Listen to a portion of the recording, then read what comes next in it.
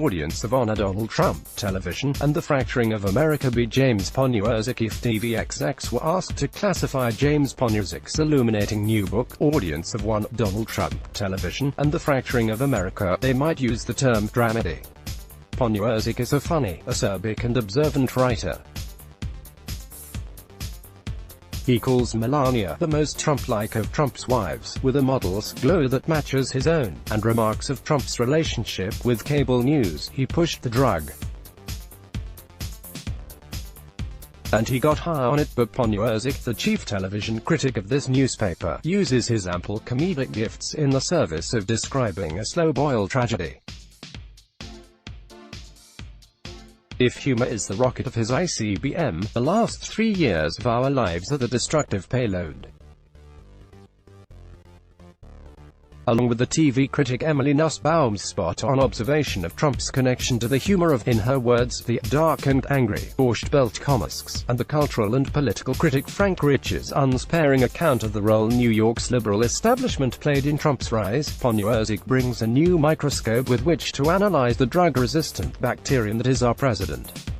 And while there is certainly room to examine collusion and Russian interference and the outdated institution that Homer Simpson once referred to as the Electoral College, this book is really about the role played by all of us, the faithful citizens of TV Nation. Perhaps the greatest accomplishment of Audience of One is that it makes Trump's presidency seem almost inevitable. Of course he won. This is the United States we're talking about.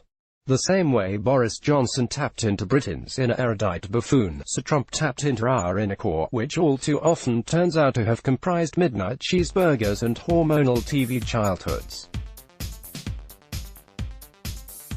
I once caught some friendly fire on Twitter for trying to discuss Trump's behavior in a way that would suggest he had a personality worth exploring. Poniewozik evades this line of thought by asserting that Trump is TV, the mere simulacrum of a human being projected onto a flat screen. He grew up with the dawn of television and a TV-watching mother. Over the years, Poniewozik writes, Trump achieved symbiosis with the medium. Its impulses were his impulses, its appetites were his appetites, its mentality was his mentality. For a certain generation, Audience of One will resonate most as a deep dive into our television consciousness before the Jimmy McNultys and Hannah Horvaths took over prestige TV. It is an examination of how our wants were shaped by television, which swiftly moved away from the working-class dramas and comedies of the 1970s, think One Day at a Time, or All in the Family, and toward the 1980s materialism of lifestyles of the rich and famous, and the neckties of Alex P. Keaton. Trump entered the Reaganized media sphere at the perfect time, and he never left. The audience wanted a braggart who lived large and said that it was okay to want things. Poniewozik writes of Trump's many television appearances in the 1980s and beyond. To most New Yorkers, Trump was known as a world-class bankrupt and malignant schnorrer, but shows like Sex and the City, on which he made a guest appearance, turned him into a dashing, bemused man in a business suit or black tan, spending money, dispensing advice, insults and backsheesh. Audience of One is worth the price of admission just for its brilliant dissection of the 1980 film comedy Caddyshack, which I had mostly remembered for Bill Murray's battle with some species of marmot. In Poniewozik's take, the movie is a prophecy of our current nightmare, a conflict between the stuffed shirt Judge Smails, representing the GOP, of yore, and Rodney Dangerfield's real estate developer, Al Cherburg, who wears ridiculous loud jackets rather than the judge's ridiculous preppy nautical wear. Poniewozik then writes, this particular archetype of wealth especially served Trump later, particularly in the 2016 Republican primary, when he essentially ran as Al Cherburg. The book then pivots toward the rise of the prestige TV anti-hero, which in characters like Tony Soprano, the burly, perpetually aggrieved New Jersey Don, captured a strain of Trump's me tristate humor. These shows certainly reinvented how we approached the mostly male anti-heroes, but it is difficult to imagine how any TV writer's room worth its salt would ever sign off on someone as one-dimensional as Trump. For all his ill deeds, Tony Soprano loved his children and his wife. Can you imagine him sexualizing his daughter as Trump has done? Walter White certainly understood climate science. Don Draper read a book or two, and not merely the volume of Hitler's collected speeches Trump reportedly kept by his bedside. And yet, when it came time for the election, Trump pulled off a Walter White-style gambit in keeping the audience on the side of the anti-hero by convincing them that his enemies were even worse. Poniewozik then delves into the advent of reality shows as a continuation of the anti-hero genre. He quotes a supervising editor on The Apprentice, without which Trump arguably would never have become president, describing the show's mission as make Trump look good, make him look wealthy, legitimate. But Trump's years on the often low-rated show fully prepped him for his famous descent down the escalator and his rise to the debate podium.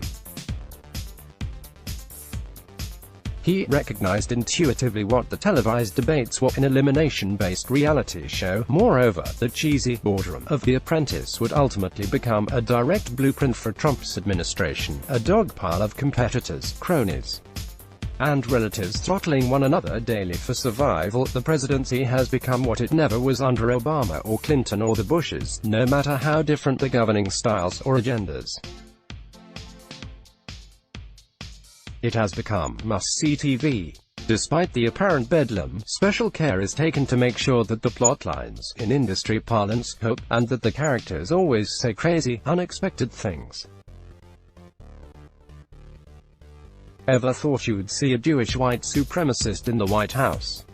Well, now you have. A renowned neurosurgeon who mistakes Hamas for hummus. Send him in. Anthony Scaramucci, whatever he was.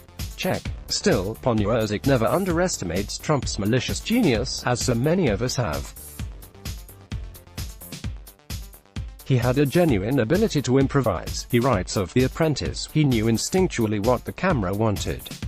As the traditional three-network news audience, united in at least the concept of human decency, fractured, the future president presided over campaign rallies that appeared like something out of ancient tribal oral tradition. His effect was to erase everything between Gutenberg and the cathode tube. Ultimately, it led to a presidency run from the set of Fox. He had before the day even began, and with the inception of Twitter, many of us were conscripted into doing midnight battle with Florida Christian mom, who is likely came from the St.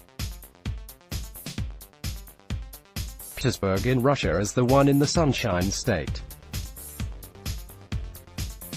We entered an echo chamber that reverberated solely to the sound of one man's voice, thinking, perhaps, that the only cure for this creature that came from the media was more media, like a homeopathic cure. To that effect, Poniewozik offers few solutions for the problems that plague the mass media realm, other than a hope for inclusive shows like Friday Night Lights, instead of the us versus them Trumpism of The Walking Dead. He is less a neurosurgeon, though I suspect he would not confuse a Middle Eastern fundamentalist movement with barbiganage, than a general practitioner with his stethoscope tight on our country's wheezing chest. He's got Trump's grift at late-night 1-800 number, and he's got ours as well.